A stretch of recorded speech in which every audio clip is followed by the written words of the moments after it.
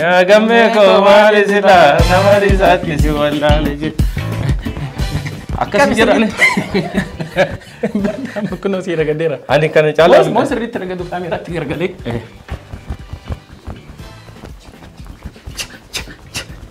كان إنجاز إيجا أقومان أتي كيس جفتمو الرهدو واني دوبرتوتا ألفا وجيني والكبتاني جران هدو جين أقوما كان رتبا إيه هجتشا تورتي sabni keenya saba Oromooti nama rakkateef dhiifsi nama kaaniif iyyuu saba garaa hin jabaanneedha guyyaa shan keessatti qarshii gara miiliyoona 1.4 arganne egaa Dr. Nahom namni hedduun immoo kan miidiyaa hawaasaa kana irratti beeku miidiyaa ispoortii biyya kanaa beekamaa tokko irratti kan dalagaa jiru nama akkoo lama gidduutti guddateedha siin jedhu yaadi namoota 100 wal fudhan keessaa namoonni 27 dhala dhabuudha yoo rakkatanii shubbisa kana ijoollummaa makanarraa dhufe Abaye bacholoni nego ya abaye abuko imma marrachisa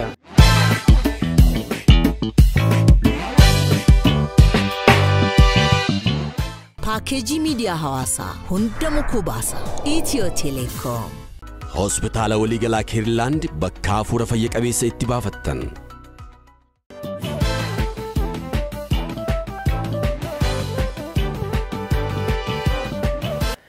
daawwattoota gammadaa shoo torban kana akkam jirtu nageenyi badhaadhaa jajjaboo gammadaa shoo torban kana ammoo keessummaa tokko qabadhee isiniif dhiyaadhee jira keessummaan kun ammoo shubbisaadha doktora gaazexeessaadha abbaa ogummaa hedduuti egaan guyyaa har'aa namni ani isiniif qabadhee dhiyaadhee Dr. Nahom Gurumi hamilee ho'aadhaan naasifadha Doctor, bagaimana gan uftu? Akam jirta? Naguma? Akam? Jirta? Hojiin torban kana akkam ture? Gaarii ture? Hojiin gaarii ture. Hojiin keenya illee gaariin jedhamu gaariidha. Namni dhukkubsataa jira jechuudha miti irree. Dhuguma. Homaan jedhamu. Homaan jedhamu. Homaan jedhudha. Ay gaariidha akkas taanaan. Tole. Isa kaan immoo teenyaa asuuf naga. Lakki maal teessee asuufta? Har'a Dr. Nahomiin asitti waamanii akkuma kadatti dabarsanii teessisuun cubbuudha waan jedhaniif. Marfee wayyaa reega. Marfee otoo hin taane marfeedhaan asitti immoo ogummaa biraa waan qabduufi ati shubbisaadha shubbisaan hedduu si beekanii namni shubbisa tokkommaa otoo naaf shubbisiin gara sanatti taa'uun hin danda'amu badan. Ragadeen ta'a jechuudha. Raganna wajjiniin. Qofaan naqabeera jechuuf hin ture akka walistoota biyya kanaa morman dhorkudha. Morman dhorku inumaati kan caalatti ragaddee namatti agarsiisuu dandeessu kan mormaa sana. Yaa gammee koo maali silaa nama risaatti si wallaalee jira. Yaa gammee koo maali silaa nama risaatti si wallaalee jira. Akkasii jedhani. Kunoo si ragadeera. Ani kana caalaa. Moo sirriitti ragadu kaameeraatti gargalee.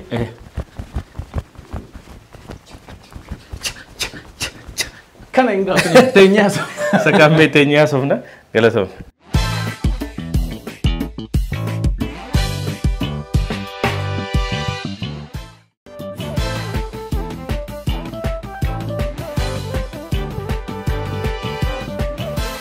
Dr. Nahom Gurum baganagaan dhufte.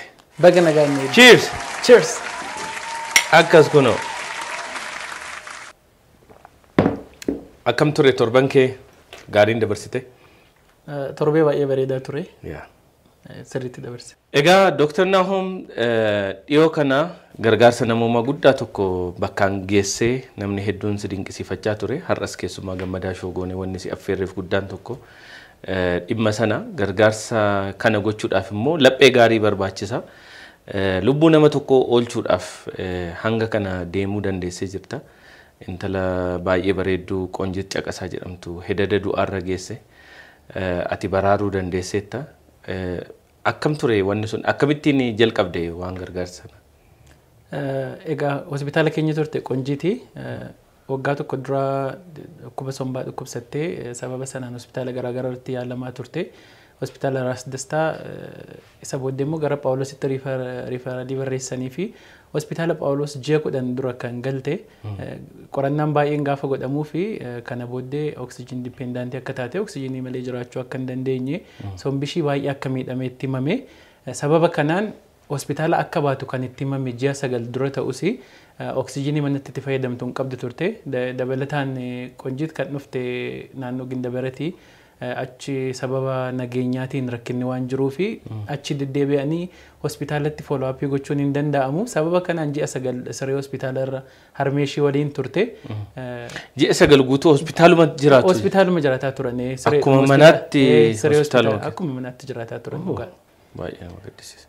Otoo kunitoo kanaan jiru warri PR hospitaalichaa warri sabquunnamtii hospitaala keenyaa jechuudhaan hospitaala Phaawulos Indaragaa namni akkanaa jiru hospitaala keenya jira naan jedhe an dipaartimentii ulfaaf gadaamessa waan hojjedhuuf isheen immoo dipaartimentii dhibee keessaa dhibee sombaa waan turteef carraan peeshantii koo ta'uu ishee xiqqaadha. Carraa wal arguu keessanis carraa wal arguu keenya xiqqaadha. Sababa kanaanin argee isa booddee dhaqee haasofsiisee waan jiru hunda natti himte yaarii gargaarsaa namoonni danuun dhufanii waadaa naa galanis viidiyoo na waraabanis suuraa na kaasanis waa tokkollee argachuu hin dandeenye naan jette guyyuma sanni moobaayilii kiyyaan suuraa kaasee anis waliin ka'ee viidiyoo suuraa asirratti arginu kana jechuudha. Suuraa yeroo jalqabaatiif waliin kaatanii jechuudha. Dhugaadha suuraa kuni kan jalqabaati suuraan kuni viidiyoo illee waraabee miidiyaa hawaasaa irratti gadhiise. Miidiyaa hawaasaa irratti waan kana gaafa gadhiisu namni waan ta'e gaafa dalagu waan irraa eeguu jira miti. Torbee tokko keessatti gara qarshii 100 argachuu ture pilaaniin keenya. Torbee tokko keessatti qarshii 100 argachuu ture. Egaa sabni keenya saba Oromooti. Nama rakkateef dhiibsi nama kaanifiyyuu saba garaa hin jabaanneedha. Guyyaa 5 keessatti qarshii gara miiliyoona 1.4 arganne. Miiliyoona 1.4 guyyaa 5 keessatti. Dabalataanis galaa ture miiliyoona 1.6 akkas ta'e almost waan bitame waliin gara miiliyoona 2tti siqa jechuudha. Torbee tokko keessatti kan qonjiitti walitti qabame. Baay'ee ajaa'iba. Baay'ee man gammade sababa kanaan namoonni hedduunis nu gargaaraniiru waan kana irratti. Waa'een qonjiitti kanadha. Egaa suuraa isa lammataa erga maallaqi walitti sassaabamee fi booddee immoo kan argaa turre suuraa hedduu bareedaa kolfa baay'ee namatti tolu gammachuun fuula isaanii irraa dubbifamu kuni baay'ee nama gammachiisu ture. Waan kana nam milkeessa jettee yaaddee turte erga milkaa'ee booddee miira akkamitti sitti dhaga'amaa jira? Ati si yaadatta akkuma suuraa gadhiiseeni akkan hin qaanofneef jedhee waan hojii akkana dalagee waan hin beennee fi nama waan hin qabu nan gargaara garuu itti gaafatamummaa akkanaa fudhadhee gargaaree waan hin beennee fi akkuma post godheen hiriyoota koo biratti bilbila si dabalate. Please waan qabdan akkaawuntii harmee ishee kanarratti gashaadha. Booddee waan kanatti akkan hin qaanofne jedhee namoota bebbeekutti bilbileen ture. Isinis waan qabdan baay'een keessan namoonni bebbeekoo qarshii gashanii garuu sa'aatii 2 keessatti immoo akkaawuntiin isaanii qarshiin dabalaa dhufe namni screenshootii keessan na ergu baay'ataa dhufe. Akkanatti namni milkeessa jedheen eegne garuu akka milkaa'u eegeen ture. Akkuma isin jedhe qarshii 100 ture kan hin eege garuu galata waaqa galata uummata kanaafis haa ta'u milkaa'eera waan sun. Torban tokkotti qarshii miiliyoona sassaabuun miiliyoona 2 sassaabuun baay'ee waan guddaadha jedheen amana. Waan kana immoo erga milkeessitee booddee immoo ergasii akkami namni rakkoo akka wal fakkaataa qabus ta'uu danda'a namni gargaarsa barbaadu hedduun waan kana erga milkeessitee akkasumatti itti fufifaa jechuu yookiin immoo namni biraas si gaggaafachuu irratti rakkanne? Erga yeroo sanaatti almost miidiyaawwan hawaasaa qabu mara irratti inboxiin kan naa barraa'u ergaaleen naaf dhufanii waan kanaan kan wal qabatanii egaa ani hojjetaa mootummaati yeroo baay'ee hospitaala keessatti biizii ta'a. Hojiin akkanaa immoo itti gaafatamummaa guddaa gaafata. Nama bakka bu'anii rakkina isaa hubatanii waan qarshiidhaan faayinaanshaali waan wal qabatu waan ta'eef wanti kun baay'ee sensitiiviidha. Kanaaf sababa qonjiitu nama yeroo sanaanii hojii faafaan ture guyyaa 2 guyyaa 3 hafeera screenshootii namaa post gochuuf responsibility kana fudhadhee dalaguudhaaf kan nama hundaa'u akkas gochuun baay'ee rakkisaadha. Namoonni baay'een garuu ergasii naa erganiiru. Anillee dalaguun barbaada maaliif jennaan guyyuma yuunivarsiitiidha. Doktor ta'ee eebbifamuyyuu akkanatti hin gammanne gaafan fuula isaanii deebi'ee argee fuula qonjiitiif harmee ishee gaafan argu kan hin gammade akkasitti hin gammanne hojii akkanaa dalaguun barbaada garuu dafee dalaguun baay'ee rakkisaadha. Baay'ee ulfaataadha. Yookaan hojiin idilee dalagu gara tokkotti yoo hin godhe malee rakkisaadha baay'ee dabalataanis seerri biyya kanaa seerri haaraan jira namni gaafa nama gargaaruuf jedhu eeyyama isa barbaachisa ofishaalii gaafa uummata yookiin nama gargaartu qarshii walitti qabdu mootummaan beekuu qaba eeyyama barbaachisa kanaaf foormaalii ta'uu dhaabbata wayii dhaabuu barbaachisuu danda'a waan ta'eef asumaan daawwattoonni gammadaa shoo akka na hubatan inboxii keessa yoo na barreessanii hojii wajjiniin baay'ee rakkisaa waan ta'eef waan sensitivii ta'e immoo waan akka qonjiit kana gaafa nargu biran darbu.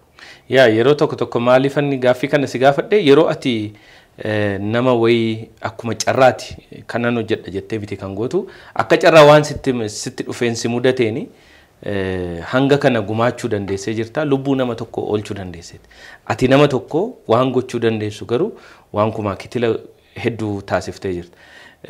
Ergasii namoonni nama hubatani waan kana waan hin beekuufanis itti fufiinsaan hojii makana qofa akkati hojjettu illee sirraa eegu yoo sana gochuu dhiifte immoo akka waan ati balleessite wayii tokkotti yeroo laalamu waan jiruufi namni hojii mataa isaa qabu tokko hanga ta'e namatti agarsiisuudhaaf namaaf dhaabbachuu jechuun namaaf waa gochuu jechuun maal akka ta'e namatti agarsiisuudhaaf yeroo muraasan goota sana garuu waggaa guutuu gochuudhaaf hojii kee dhiisuu sirra jiraata yookiin immoo hojii biraa galii irraa argattu qabaachuu qabda akkasumas ta'e immoo yeroo namaa fi yaada namaas hin bittinneessa waan ta'eef namni tokko yoo godhe namni biraan immoo akkanuma laphee gaarii qabu nama biraa gargaaruu danda'a garuu gara fuulduraatti akka dhaabbataafaatti hiriyoota wajjinis ta'uu danda'a namoota waliin hojjettu wajjin namoota rakkoo akkasii isaan mudate gargaaruudhaaf gara dhaabbataafaatti guddisuu yaadi faa waan akkasii siin dhufne. Of course yaadni na dhufeera nama lama sadii waliin haasa'eera dhaabbata akkanaa dhaabne dhaabbata lamatu jira inni tokko walumaa galatti namoonni akkanaa gaafa rakkatan akka qubii qarshii walitti guurtee akkaawuntii baankii keessa taa'ee gaafa namoonni rakkatan kan gargaaru haga yoomitti kadhanna kan jedhu wayii dhaabbanni lammataa ammoo namoota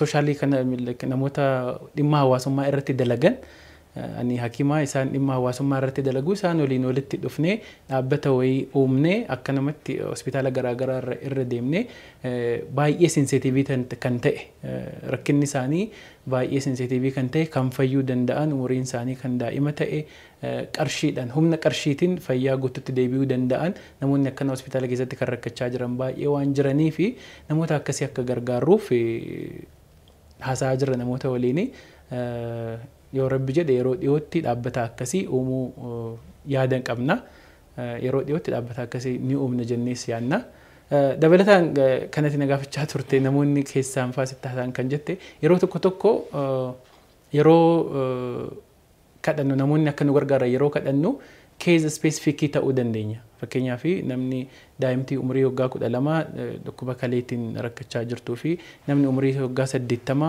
kaansarii hin fayyine wayiin rakkataa jiru wal bira qabdee yoo ilaaltu daa'imtii waggaa 12 suni kidney transplant yookiin kaleen yoo bakka buufameef umurii dheeraa jiraachuu danda'u relatively wal bira qabnees yoo ilaallu yaaliin isaa qarshii gaafata malee salphaadha namni waggaa 80 namni kamiyyuu yaalamuu qaba garuu gaafa wal bira qabnee ilaallu namni umurii waggaa 80 kaansarii hin fayyine hin gaafa rakkatu namoonni akkasiifaa keessan nu gaafatu yeroo hundayyuu keeza specific ta'uun waanuma jiru fayyaarrasi kanaaf kan keessaa filannus namoota akkasiiti.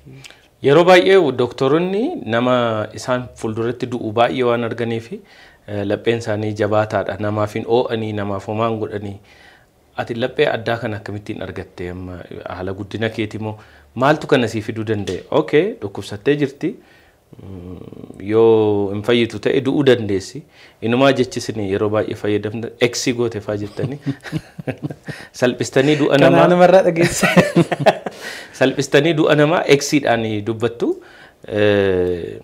akkamittiin lapheen kun dhufuu danda'e doktor egaa ani waan kana sitti muudhaaf yeroo tokko akkoon koo duutee deemneetu akkoon koo duutee maatiin jiru akka hokkooti haati koo jirti eessummaan koo jiru namoota baay'ee jiru yeroo dheeraadhaaf kan bo'aa ture ana yeroo dheeraadhaaf kan bo'aa ture ana isa booddee namoonni ollaa kan na beekanii maqaan koo achitti nabsoo jedhanii waan na waaman ta'e nabsoon hakimiidhaan jennee maal tokko itti isa boosisa jechaa ture baay'een isaanii ani waan maraaf sensitiivi. I think haala guddina koorraa natti fakkaata. Yeroo baay'ee emotionally ta'a waan kanaan ol qabate. Kan keessas waan kana keessa kan seenefis yeroo qonjiitti natti taasiftu daqiiqaa lamallee dhaggeeffachuu hin dandeenye. Dura amma intarneetii hospitaala keessatti waan argannurraa fa'aa walitti qabnee kennaafi turre ijoollee waliinii haaluma guddina koorraa natti fakkaata waan kuni still intini doktorummaa kun na keessan galle gara jabaachuun suni sirriitti na keessan galle haala guddina koorraa natti fakkaata waan kun kan dhufe emotionally ta'a yeroo waa'ee sensitivity ta'a atiyyuu beektaa akkamitti akkan sodaadhu jecha namaa jechuun namni amma fakkeenyaaf qonjiit gaafa riskiin fudhu akkaawuntii haadha ishee qofa kan ture akkaawuntii haadha ishee qofa kan goonee fi baay'ee waan sodaadhuuf sodaa koosan cabsee riskii fudhadhee waan kana keessa galuun sensitivity umasan irraa kan ka'e haasa'uma ishee waan isheen natti himte obsuu waan hin dandeenyeef. Egaa Dr. Nahom nama akkoo lama gidduutti guddateedha siin jedhu. Inuma ijoolleen akkoon guddisan immoo qananiituudha baay'ee nama rakkisu quufoodha jedhu. Atis akkuma sanatti warruma quufoo jedhaman sana keessa jirtamoo akkami? Akkuma ati jette ijoolleen akkoo isaanii biratti guddatan yeroo baay'ee akkoon na jalaan tuqinaa jedhu. Ani immoo carra qabeessan ture akkoo lama gidduutti harmee abbaa koo fi kan haadha koo gidduu deddeemaan kan hin guddadhe. Isaan biratti guddachuun koo inumaayyuu akkoonni koo kan gara haadha baay'ee seriyeesiidha. Kan gara abbaa kootiitu qananii kanarratti kan yeroo baay'ee na qananiisu malee isheen sun baay'ee seriyeesiidha. Hin loltii akkan seera qabadhee guddattu na goote. Kanaafuu quufaa ta'een guddadhe jechuu hin danda'u more of haadhaaf abbaa kootu baay'ee ganna lakkisa malee ganna dhiisan akka onkoo yeroo baay'ee. Ati gaa maatii keetiif ilma tokkicha taatee immoo akkamitti akkoodhaaf kennamte inni jedhu iyyuu gaaffii biraati immoo. Guddisa malee maatii biraa deemiti miti. Actually ani kan inni dhaladhe baadiyyaa keessatti. Baadiyyaa keessatti magaalatti hin dhaladhe actually. Baadiyyaa eessaati? Baadiyyaadhuma jedhee. Aanaa Sabbataa Hawaas yeroo sana godina Shawaa Kibba Lixaa jala aanaa Sabbataa Hawaas magaala xiqqoo jira magaala Tafkii jedhamtu Sabbataa irraa kiiloomeetira 15 Finfinnee irraa Tafkiin maqaa magaalaati. Maqaa magaalaati kiiloomeetira 40. Daawwattoonni keenya maqaa biraa akkatti hin fakkaatu. Magaala seenaa waggaa 100 ol qabdudha Tafkiin. Kanaaf baay'een guddanne malee magaala beekamu. Bara abbaan Jifaar gara Finfinnee dhufu achitti tafkiin nyaannaani tafkiidha jedhanii waan jedhanfaa seenaa kan baay'ee amanamu isadha. Dabalataan immoo gaara jala jirti magaalli kuni gara Naangaara gara saniin immoo magaala sanaa gaditti laga Awwaashtu jira. Kanaaf gaara jala magaala jirtu wayii waan taateef maali tafkiin yeroo nama nyaattee quuftu bokoktee teessi nama jala. Maal akka tafkiitti bokoktee teessi magaalaan kun jedhamte kan jedhan jiru garuu baay'ee kan amanamu tafkiitu nyaate achi bulanii abbaan Jifaar karaa Kibba Lixaa Finfinneetti magaalaawwan baay'ee jiranii mootii abbaa Jifaar waliin wal qabatu isaantu moggaasii jedhamu. Isaantu wal qixxee jedhanii. Baay'een isaanii wal qixxee jedhanii sabbanni illee akkas jedha baay'een isaanii as gorii isaan kun akkasii waamamu.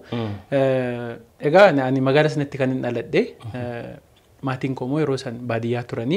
Kanaaf gaafan maatii bira deemu akkoo haadha abbaa kooti gaafan immoo tafkii dhufu haadha harmee kooti isaan gidduutti waan hin guddadheef malee kophaatti akkoo koo biratti hin guddanne garuu akkoon kun lamaanuu baay'ee waan na jaallataniif daa'ima baay'ee taphatu wayii waan hin tureefi maatii biraan konneekshiniin qabu caala isaan waliin konneekshiniin qabutu caala kanaaf akkoowwan kootti na guddisee waan jedhee wayyeedhe. Yeroo baay'ee akkaataan guddina koo jireenya koo har'aa irratti dhiibbaan irratti uumeera jettee dubbatta. Akkam ture akkaataan guddina kee dhiibbaa maalii yoon sirratti uume yoo daawwattoota keenyaaf barumsa ta'uu danda'e? Egaan miidiyaa hawaasaa irratti namoonni baay'een Nahom gaafa jedhamu gaawonii uffatee nama mana yaalaa oolu wayii dhukkubsataa yaalu caalaa hakima ta'ee nama ragadu wayii nama baacoo wayii akkasitti sammuu isaanii keessatti kan dhufu sababa miidiyaa hawaasummaa kanarratti egaa sirbuun kuni waan gara artiitti dhiyaatu dalaguun waa barreessuun dabalataanis immoo sagantaawwan artii garaagaraa irratti argamuun sagaleen dhabe malee sirbuun kuni kan dhufe achi yeroo daa'imummaa kiyyarraa sagalee qabda bara. sagalee ittiin haasa'u qaba garuu sagalee sirbaaf ta'u. Sirboota amma YouTube irratti gadhiifaman baay'ee isaanii caalaa sagalee gaarii qaba. Baay'ee isaa yeroo itti sirbitu si dhageenya yeroo amma namni walitti qabamee deemu kan sirba baasu irra caalaa si. Isa maaliin sirba? Isa maaliin sirba garuu isa uummataaf ta'u jedheeni. Actually weellistoota amma baay'ee isaanii maqaa weellisaa jedhu ofii moggaasanii YouTube irratti sirba moobaayiliidhaan waraabanii gadhiisan caalaa nan sirba jedhee yaada actually garuu sirba uummataaf ta'u aartii uummata kanaa guddisuu danda'u sagalee kanaan walaloo nan barreessaa yeedaloo cimaadha garuu sagalee waan hin qabneef sagalee isaaf ta'u waan hin qabneef hin sirbine haalli guddina koo akkamii mana keenyatti dhugaatiitu gurgurama yeroo daa'imummaa koo. Mana keenyatti dhugaatii gurgurama. Dhugaatii gaafa jedhu namni wuskii kana fa'aa jechuu danda'a. Isa miti araqee farsoo yeroo tokko tokko immoo biiraallee jiraachuu danda'a. Isaan kan gurguramu mana keenyatti harmee kootiif yeroo sana ana qofatu bira ture waan ta'eef nan gurgura harmeen gargaara. Mana barumsaatii gaafa galu gurguruudhaan hin gargaara. Araqee buustee gurgurtaa? Buuseen gurgura. Especially galgala halkan sa'aatii tokko lama booddee ana qofa. Iseen hojii manaa kan biraatu hojjetti ani immoo nan gurgura. Waan nyaataaf tolus waan tokko. Kanaaf yoo gurguru namni machaa'een sirba. Especially naannoo giddu galeessaa kanatti machoofnaan shimala yoo si bira jiraatu shimala kee qabattee sirbitaa yookaan callistee bakkuma ta'anitti sirbu. Yeroo baay'ee yoo sirbaniyyuu kunoo sirba maal wiirdii kan jedhamu wayii jira miti sirba bakka amma sirboonni ati sirbitu maal eessaa dhufe naam jedhu namoonni eessaa fidde sirba mana araqee eessaa fidde sirba mana farsoo faanaan jedhu namoonni haala guddina koorraa ka'e yoo isaan ka'anii ragadan ka'ee ragadaa na badhaasuu achuma keessatti na badhaasu warri dhuganii birrii takkas lamas ta'u haala birriin tokko birriin 5 yeroo san baay'eedha. Tiippii guddaa ture. Achi kaasetti kanaaf nama gurguddaa wajjiniin haasa'aa. Namoonni gurguddaan mana dhugaatii keenya dhufanii na wajjin haasa'uu hin jaallatan yeroo san reediyoo fa'aa dhaggeeffachaa waan hin guddadheef barruulee garaagaraa magaazinii garaagaraa waan hin fa'aa dubbisaa turee fi naaf bita ture eessumni koo sababa sanaan akkuma nama guddaatti haasa'a achii dhufe uumamni koo jechuudha. Amalli nama agarsiisaa jiru kuni sirbuun kuni ragaduun kuni haala guddina koorraa dhufe yeroo daa'imummaa koorraa dabalataanis yeroo elementaries baradhu yeroo haayiskuulis baradhu mini miidiyaa mana barumsaa keenyaa kan ani keessatti hin argamin hin jiru sabbatatti yoon baradhu walisotti yoon baradhu tafkittis yoon baradhu mini miidiyaa itti gaafatamaan ture yeroo sanatti jechuudha. Kanaaf haalli guddina koo achi ka'eeti amalli amma qabus achii dhufe jechuudha. Soshaalii baay'ee man interaakti godha. Uummata keessatti amalli sirbu kun daa'imummaa sanirraa kaasee mana farsoo mana araqeetii ka'e jechuudha. Mee sirba mana farsootti baay'ee jaallatamuu fi atis yeroo hundumaa afaan kee keessaa hin banne yaa baay'ee tokko nuuf jedhame. Abaay'ee bacholooni neegu. Yaa baay'ee. Abuuko himma marrachiisa. Yaa baay'ee. Abuuko wambara nan beeku. Yaa baay'ee. Abuuko sina sassachiisa. Yaa baay'ee. Maalo yaa baay'ee. Yaa baay'ee. Yaa idda kalaala. Yaa baay'ee. Iddan bittin noofne. Yaa baay'ee. Yaa firaa laala. Yaa baay'ee. Firansis hin noofne. Yaa baay'ee. Maalo yaa baay'ee. Yaa baay'ee. Dallaa jala facaasi abishiike ammaas si gachisiisa qamisiike. Dallaa jala facaasi abishiike ammaas si gachisiisa qamisiike. Jennee faa sirbina. Hiika isaan beennu yeroo sana. Ammas hin beennu. Erga guddattee yoo gaafa dhageessu maaltu sitti dhaga'ama? Erga guddattee kan hin dhagahu amma fakkeenyaaf sirba yaleellisee sana yoo namni baasuu fi namni guddaa yoo baasu namni guddaan gaafa sirba sana sirbu humtuun kolfu jalumaa qabanii sirbu yoo namni baasu garuu namni hin kolfa baay'ee na maaliif kolfuu jedhee yaada ture dur amma naa galaa dhufa edaa wantichi hiikaa biraa qaba yeroo namni baasu yeroo hunda hin kolfu yeroo sana sirboota akkanaa yoo namni baasee sirbu garuu namni guddaan yoo sirbu hin kolfa maaliif kolfu jedheen yaada ture amma guddataa dhufu naa gale. Egaa Dr. Nahom namni hedduun immoo kan miidiyaa hawaasaa kana irratti si beeku keessumaa gama TikTokiitiin namni hedduun irra caalaa kan si beeku shubbisa baay'ee dandeessa shubbisoota gosa garaagaraa akkaataa itti morma kee dadachaaftu kun mataan isaa maal mucaan kun lafeen qabu keessa isaa amma jedhame namni yaadutti shubbisa kana ijoollummaa kanarraa dhufe. Shubbisni ijoollummaa irraa dhufe environmentiin ni keessatti guddadhe akkuma isin jedhe mana dhugaatii qabna ture yeroo sana kanaaf isaanuma na barsiise harmeen koo immoo baay'ee cimtuudhaan caala isheen professionally morma qofaa irra gaddi dabalataan immoo naannoo maatiin keenya bilisummaa waan na guddisanii fi diggisiin wayii jiraannaan an keessaan dhabamu. Tokkoffaan yeroo mara abbaan kooti faati koo barumsaan cimaa hagan ta'etti hagan barumsa kootti cimaa ta'etti waan biraa waan barbaade ton dalagee nan dhorkane. Kanaaf daa'imti namaa mana diggisii yoo jiraate hin dhaqanii mana cidhaa dhaqanii an garuu nan dhaqa ture. Kanaaf isaanuma biratti shaakalee dabalataan armeen koos waan dandeessuuf ishee waliin mana keessatti yeroo tokko irra ganna. Abbaan koo taayoo harka rukutaa ragaduu hin danda'u. Harka nu rukutaa. Armee kee wajjiniin viidiyoon baay'ee miidiyaa hawaasaa irratti nama hedduu wajjiniin wal si barsiises namni hedduun baay'ee kan dinqisiifachaa turan ragadati viidiyoo kana irratti harmee kee wajjiniin ragadaa turte. Harmeen kee garuu xiqqoo si caala ragaduu dandeessi. Seen morma qofaan ragadde akkuma ilaalaa jirtanii seen morma qofaan kan ragaddu ani qaama guutuudhaan hin ragada. Ani mormaan ragaduu nan danda'a. Hin bartaaf hin bartaa. Ani yeroo hedduudhaaf yaale waan mormaa kun waan narraa bu'uufaan natti fakkaata yaaluu hin dandeenye. Dooktar Shubbisaa fa'aa namni wayiin yeroo darbe naa bilbile Dooktar Shubbisaan hin jira jedhe. Eenyu Dooktar Shubbisaan hin jira? Gurbaa shubbisu san kanaan jedhe. Booda gaafa ni yaadadhu akkasi ta'ee yaadadhe. Yeroo namni jechuun ogummaan fayyaa ogummaa baay'ee kabajamaa namoonni hedduun kan sodaatanii dooktarri tokko waan sodaatamu waa'ee dhukkuba namaa waa'ee du'a namaa namatti himu malee waan akkasittiin qoosee akka kanatti basha'ee taphatu wayiitti hin fakkaatu. Ogummaa kee kana wajjiniinoo akkamittiin shubbisa kana yeroo shubbistu reakshinii nati namoota irraa argattu yaada namoota irraa argattu akkati duubatti deebitu si taasisa moo akkati lakki homaayyuu miti jettee fuulduratti deemtu si taasisa? Egaa kun karaa lamaaniin ilaalaa inni jalqabaa especially jalqaba yoon eegalu baay'ee natti cimee ture dhugaa dubbachuudhaa fi hiriyoota koo dabalatee namoonni na beekan baay'een isaanii iddoo hojiitti ani waan akka siiriyeesii wayii waan hin ta'eefi jira miti otoo inni speeshaalistii iyyuu hin ta'ini waan baay'ee warri na wajjin hojjetan baay'ee kabajanii sodaatanii waliin dalaga wayii maaliif jennaan ani baay'ee siiriyeesiidha iddoo hojiitti kan dhuunfaas yoon pertaayimii dalagu iddoo hojii koottis guyyaa tokko hojii koo irraa hafee yookiin sa'aatii dabarsee dabalataaniin dalaga malee homaa sababa kiyyaan rakkin uumameen beeku. Kanaaf siiriyeesii waan ta'eef achitti gaafa alatti akkana na ilaalanii hin qabanii turan baay'een isaanii illee isuma moo isa miti mucaan kun jedhanii turanii. Innumaayyuu akkamitti narsiin tokko maallaan jette natti mammaakte iddoo dhuunfaatti nama guddaa naan jette gara nama guddaa wayiiti karaarra otoo taa'uu konkolaataa lama argaa. Konkolaataa xiqqoo wayii fiddee dhuftee konkolaataa guddaa bira gaafa darbitu argaa.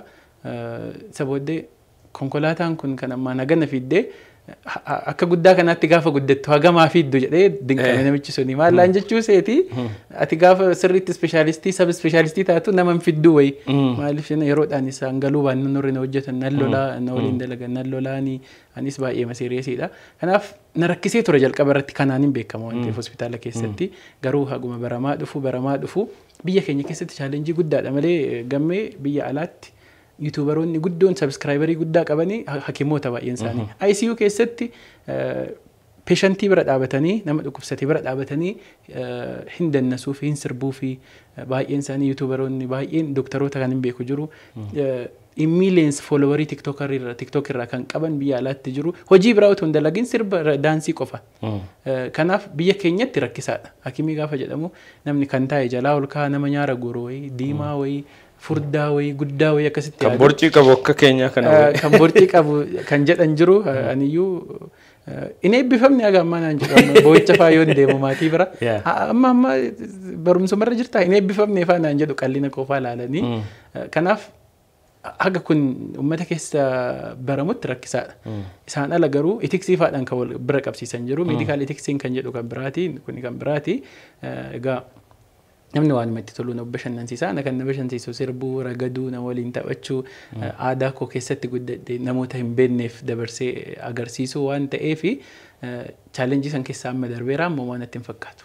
Namoonni miidiyaa hawaasaa irratti si arganii otoo itti shubbistu gaafa ati doktora taatee immoo mana yaalaa keessa teessu dhufanii arganii kun na yaalu yookiin kun akkamittiin na yaala kunoon shubbisa maal beekee na yaala faa jedhanii yaada akkasii si dhiyeessan hin jirani?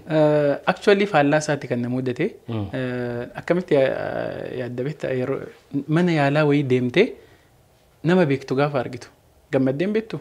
Baay'ee. Nama ati amma manuma yaalaatti nama beekuun iyyuu kan nama gammachiisu manuma yaalaatti iyyuu eenyumayyuu haa ta'u kan qulqulleessoo haa ta'u eegduu balbalarraa haa ta'u haakimii haa ta'u narsii eenyumayyuu haa ta'u nama tokko mana yaalaatti beekta taanaan baay'ee gammadda. Kan ammoo namoota hedduutu jedha. Kanaaf fuula beekan gaafa arganii baay'ee gammadu. Haga ammaa kan na mudate isa dhalai. Fuula beekan wayii gaafa arganii anatti iyyuu baay'ee yoo amanuu baatan yeroo amanuu dhiisuu danda'u garuu baay'ee gammaduu si argachuu keenyatti baay'ee gammannee jedhanii fuula beekan waan ta'eef nama maatii isaanii ta'e hiriyaa isaanii ta'e wayii jedhanii waan yaadaniif galgala TikTok irraa waan arganiif baay'ee gammaduu inumaa'uu waan kun patient flown iddoon inni dalagutti baay'ee akka baay'atu godheera malee haala intaniin jenneen na shakkanii yookiin negatively na ilaalanii hin beekanii inumaayuu hin gammadu baay'ee. Bakka hojiitti ragaddee beektaati bakka hojiitti. Bakka hojiitti jaaladhee otoo hin taane dirqamaan ragadee beeka. Malee jechuun. Dirqamaan. Jaaladhee otoo hin taane dirqamaan ragadee jechuun bakka hojiitti. Dirqamaan si ragachiise bakka hojiitti. Bakka hojiitti dirqamaan kan na ragachiise yeroo hospitaala Phaawulosii kutaa michuu kan jedhamu jira michuu klinik jedhama Phaawulosuma keessa michuun maal jechuudha namoota postnatal dubartoota da'umsaan booda follow up irra warra jiran jechuudha dhiibbaa dhiigaa warri qaban operationidhaan warri da'an dhibee sukkaaraa warri qaban achitti follow up isaanii godhu hordoffii godhu jechuudha erga da'anii booddee kutaa sanatti otoo namoota ilaalaa jiru patientiin tokko waan akka jeeqaa turte warra dabaree eeggatan keessa isheen tokko jeeqaa turte kan narsoonni ilaalanii dhufanii natti himanii dursa ishee ilaalii naan jedhanii amalli ishee postnatal psychosis kan jedhamu jira postpartal psychosis kan jedhamu jira wayidamu postpartal blues kan jedhamu jira inni kun maalidha dubartoonni sababa da'umsaatiin yookiin erga da'anii booddee jijjiirama sammuu isaanii irratti dhufu jechuudha. Jijjiirama amalaa moo jijjiirama sammuuti? Jijjiirama amalaa qofootoo hin taane sammuun isaaniis jijjiirama. Kanaaf amma dubartoonni kun amala akkamii agarsiisuu danda'u? Depressionii keessa galuu danda'u baay'ee amala akkasii agarsiisuu danda'u. Ilmoo isaanii jibbuu danda'u. Ilmoo isaanii ajjeesuuf yaalii gochuu danda'u. Of ajjeesuuf yaalii gochuu danda'u. Abbaa warraa isaanii jibbuu danda'u. Abbaa warraa isaanii miidhuu danda'u. Amaluma namni dhukkuba sammuu qabu agarsiisu wayii agarsiisuu danda'u. Kanaaf amala akkasii garuu baay'ee siireesii hin taane wayii kan qabdu waan taateef ani dura laaleetiin hakimii saayikaatiristiitti kan hin dabarsu. Kanaaf otoo ol hin seeniin dura abbaa warraa ishii TikTok irratti na beeka bira taa'aa ture. Dooktarri namni ilaaluuf jedhu kuni TikTok irratti ragadaa jedheetti meeqa. Gaafa ol seentu hin teenye ishiin taa'ii jedhee kaardii ishee ilaalaan ture waan ta'eef opereeshiniidhaan deessee kanaaf kan dhufte nu bira. Kanaaf opereeshiniidhaan akka deessee waan beekuuf takka haasofsiistee waan jiru agarsiistee isa booddeedha kan madaa ishee ilaaltuu fi inni teessee gaaffii gaafachuu eegallaan gaaffii lama wayii naa deebistee isa booddee opereeshinii keensi ilaalaa sirriirra ba'ee madaa keensi ilaalaa jennaan madaa koo maal ilaalaa taati hirra gadda jedhanii kan hirra gadi naan jette baay'ee nyaara natti gurtee fuulli ishee jijjiirame kan hirra gadi dooktar naan jette. Yeroo kanatti waan ati gootu yeroo kana patientii amala akkanaa qabu taanaani kan isaan siin jedhan haga waan isaan siin jedhan sun isaanii si simmiinetti dalaguu qabda haga booda qoricha kennitee fi amala sirreeffatanitti waan isaan siin jedhan gochuu qabda yoo gootu garuu waan isaan hin miine si simmiine ta'uu qaba. Kanaaf mana san keessa anaaf ishee qofa jira sibiila meeqatu jira kaastee na rukuchuu dandeessi waan meeqa gochuu dandeessi. Ka'ee manitti caccabse ragada koo. Akkuma ati kolfite kan sagaleedhaan hojjettee immoo leelliseen hin dhufne ragannis naaf dhufe muuziqaa malee amma utuu ragadi naan jette muuziqaa malee ragaduu dhiisuu danda'a. Naasuunis jira jechuudha. Naasuunis jira achitti garuu morma koo narraa cituu ga'ee akkuma ati kufaltu kanatti kufalte seenis teesse. Booddee bakka laalee narrakkisne gara hakiima sammuu saayikaatiristiitti ergee peeshantii san yoomiyyuu hin irraanfadhu. Ergasii yoo argiteetta wayyoofteetti follow-up biraatiif dhufteetti ana miti kan laale yaa kootu laale eessa jira hakimiin sun jettee isayyuu gaafattee naa bilbilee natti meera wayyoofteetti ergasi. Waaw. Egaa ogummaan ati keessa jirtummoo irra hedduu waan dubartoota ulfaa wajjin wal qabatanii jiran hedduu wajjin ogummaa kana irratti baay'ee hojjechaa turte. Ammas immoo dhala dhabuu irratti hojiiwwan baay'ee hojjechaa jirta.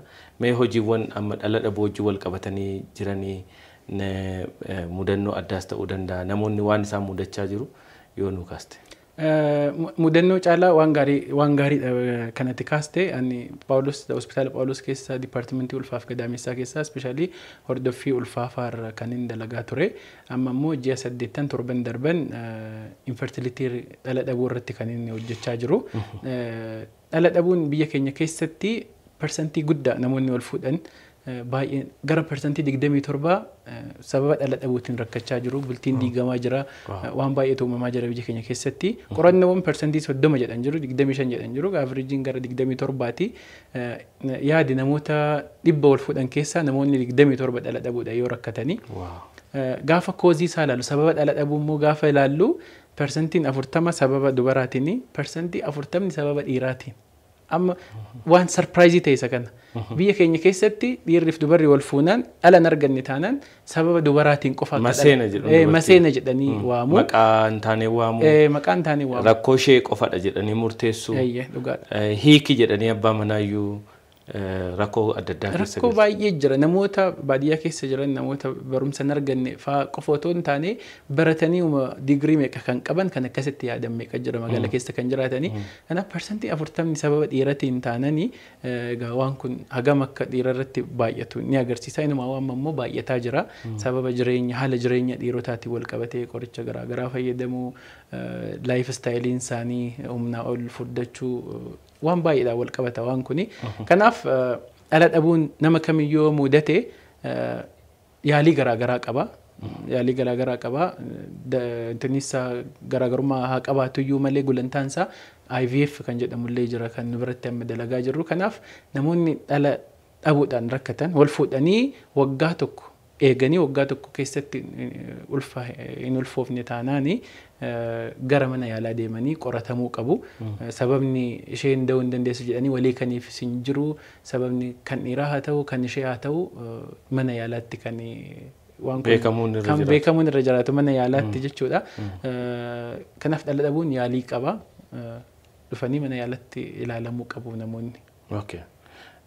Egaa dhimmi kun dhimma baay'ee yaaddoo guddaa kan uumee fi nama hedduudhaaf immoo akkuma tu jettee diigaa maatii fi manaatii fi kan fidudha. Egaa daawwattoonni keenyas immoo rakkoon dhala dhabuu fi kana wajjin wal fakkaatu gaafa isaan mudatu mana yaalaa deemanii sirriitti of ilaalchisuun isaan irra jiraatu. Nama biraarraa ijoollee lama qaba jedhu amma dhiironni baay'ee yoo nu bira dhufanii ilaalaman garuu sababa dhiiratiin kan dhala hin arganne. Ilmoo qabaachuun ispeeshaalii gara dhiiratiin ilmoo qabaachuun dhashuu danda'uudhaaf gaarantii miti.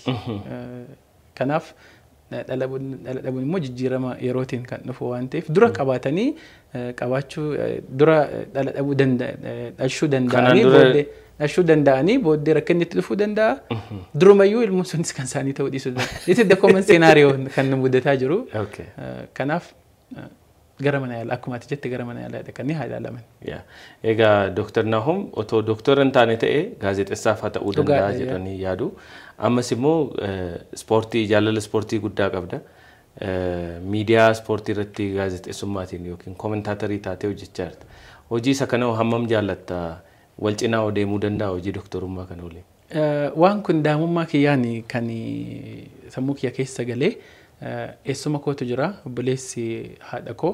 Yeroo daa'imummaa otoo kutaa tokkoon seeniin kubbaa baay'ee jaallata ture. Kubbaa waliin deemnee ilaalla ture galgala fa'a. Kanaaf gaafa ilaallu yeroo sanatti cimaa kan ture kilabiin Arsenaal, kilabiin Ingilaandii sababa isaatiin kan na keessa galee. Isa booddee yeroo kamiyyuu halkan ka'ee sagantaan ispoortii reediyoo irratti sa'a 12tti darba taanaan barumsa deemuuf otoo hin taane isa dhaggeeffachuuf hanga nama ka'a. Nan dhaggeeffadha reediyoo gaafan magaaziniin bitamu barruuleen garaagaraa gaafa bitamu immoo achi keessaa filadheen kan ispoortii dubbisa ture daa'imummaa kootiin kan jaalalli ispoortii kun na keessa galee anuma waliin guddataa dhufe jechuudha gaafa yuunivarsiitii baradhu furtuun mana DSTV ana harka ture anatu bana anatu cufa ture baay'ee jaaladha egaa baay'ee taphachuu dandeessaa kubbaa miilaa baay'ees miti akkuma isin jedhe baadiyyaa fi magaala gidduutti waan inni ani kubbaa caalaa taphoota kan biroo taphni maal jedhama tapha gidiraawee isaanii kan hin beekamu daa'imummaa kiyyatti baay'ee maabshaala waan hin ta'eef isaaniin beekama malee kubbaa nan taphadha garuu tapha gowwaa wayii sitti fakkaata kubbaan namni hiriyaan koo tokko kubbaan tapha gowwaati namni 11 dhaabbatee namni 11 dhaabbatee kubbaa tokko wajjin fiigaa ooluudha jedha akkamitti ilaalta lakki akkasumatti kubbaan miilaa tapha baay'ee bareedaadha addunyaa irratti jaalatamummaadhaan tokkoffaadha ani yeroo san kan inni taphannee fi akkuma isin jedhe waan abshaalummaa waan sammuu tapha akkasii malee fiizikaalii kana durumaa kaasee hin jaaladha waan fiizikaalii wayii nu biratti immoo ijoolleen waliin taphatanii baay'ee strongidha qaamni isaanii daa'ima ta'ee laamshaa'ee waan hin ta'eef takka na rukunnaan cinaatti ba'een tapha kanan taphadhu jedhee dhiisa nan taphadha garuu afaan guutee daawwattoota keenyaaf kubbaa miilaa nan taphadha jechuu hin danda'u kanaaf achirraa ka'ee jaalalli aga yeroo dhiyootti hiriyoonni koo biyya alaa jiran faa namoonni hin bebbeeku doolaaraan magaazinii barruulee doolaaraan kaffaltee dubbistu faa naa kaffalanii dubbisaan ture aga yeroo dhiyootti agas maran jaaladha amma immoo koomentaatarii otoo hin taane analist waan san xiinxaluu jechuudha sagalee koomentaatariif ta'uun qabu warri koomentaatarii gidduudhaan yaada nu gaafatu waa'ee taphichaa akkam akka ta'u taphattoonni maal akka uumamuu danda'u tapha booda maal akka uumame tapha gidduutti nu gaafatu kanaaf xiinxalaa kubbaa miilaa ta'een miidiyaa ispoortii biyya kanaa beekamaa tokko irratti kan dalagaa jiru baay'ee man gammadee hojjedha hojii sana baay'ee namatti tola baay'ee egaa fuulduratti Dr. Nahom gara kubbaa miilaa kana xiinxaluudhaan itti fufamoo doktorummaa kanaan ogummaa guddaatti ce'uu barbaadda maal yaadda gara fuulduraa yaada baay'een qaba garuu irra caalatti waa lama irratti kan inni fuulleffadhee dalaguu barbaadu inni jalqabaa barreessaa fayyaa ta'uun barbaada barreessuu waan hin danda'uuf nan danda'a jedhee waan hin yaaduuf namoonni baay'eenis waan inni feesbuukii irratti barreessu yookiin barreessi isaanitti kennu dubbisanii kitaaba barreessu waan nan jedhaniif barreessaa ta'uu barbaada kana soosamaas barreessaa fayyaatis ta'uu barbaada inni lammataa ammoo ispeeshaalii mana kana ergan galee booddee mana waa'ee dhala dhabuu irratti hojjetu kan hospitaala Phaawulos jala jiru kan ergan galee booddee Oma hospitaala keessaa ba'ee jiraachuu akka hin dandeenye wayin dhaga'amaa jira. Kanaaf barumsa koo speeshaalistii fi sab speeshaalitii baradhee sab speeshaalistii dhala dhabuu infertilitii sab speeshaalistii ta'uun barbaada. Waan kun maatii kiyya wajjinis hidhata waan qabuuf daa'imummaa kiyyaa kaasee gara fuulduraatti waan akkasiiti kan hin ta'uu barbaadu. Kun hundagaa erga takka hin deemsifamu tokko tokkotti garaa jabaatanii kutanii bira darbuu barbaachisa. Kanaaf waan kana lamaan irratti kan dalaguu barbaadu gara fuuldura. Egaa Dr. Nahom keessummaa gammadaa shoo taatee nu gidduutti argamteetta yeroo kee hedduu qaalii irraa fudhattee dhufte fuulduratti immoo gama speeshaalitii dhala dhabuudhaanis ta'uu danda'a akkasumas immoo gama ispoortiinis ta'uu gama kitaaba barreessuutiin yeroo milkiiwwan kee kaan immoo dhufan deebinee gammadaa shoo irratti kan wal arginu ta'a. Hanga xumura qophii keenyatti waliin waan turteef ulfaadha. Tole gammee fi tiimiin gammadaa shoo waan keessummaa gootanii sagantaa baay'ee bareedaa kana irratti na affeertaniif guddaa isin galateeffachuun barbaada. Hordoftoonni keenyas gammadaa shoo akka daawwatan risaa miidiyaa subscribe share comment akka godhan asumaan isaan gaafachuun barbaada. Dhageessaniitu. Sirriitti dhaga'aniiru anammoo na dhaga'u. Hakimiin waan jedhe biran darbu mitiire. Hakimiin amanama. Ni amanama. Guddaa galatooma. Galatooma. Cheers. Yes. Paakeejii miidiyaa hawaasaa hunda mukuu baasa. Itiyoo Teleekoom. Hospitaala waliigalaa Keerilaand bakka hafuura fayya qabeessa itti baafattan.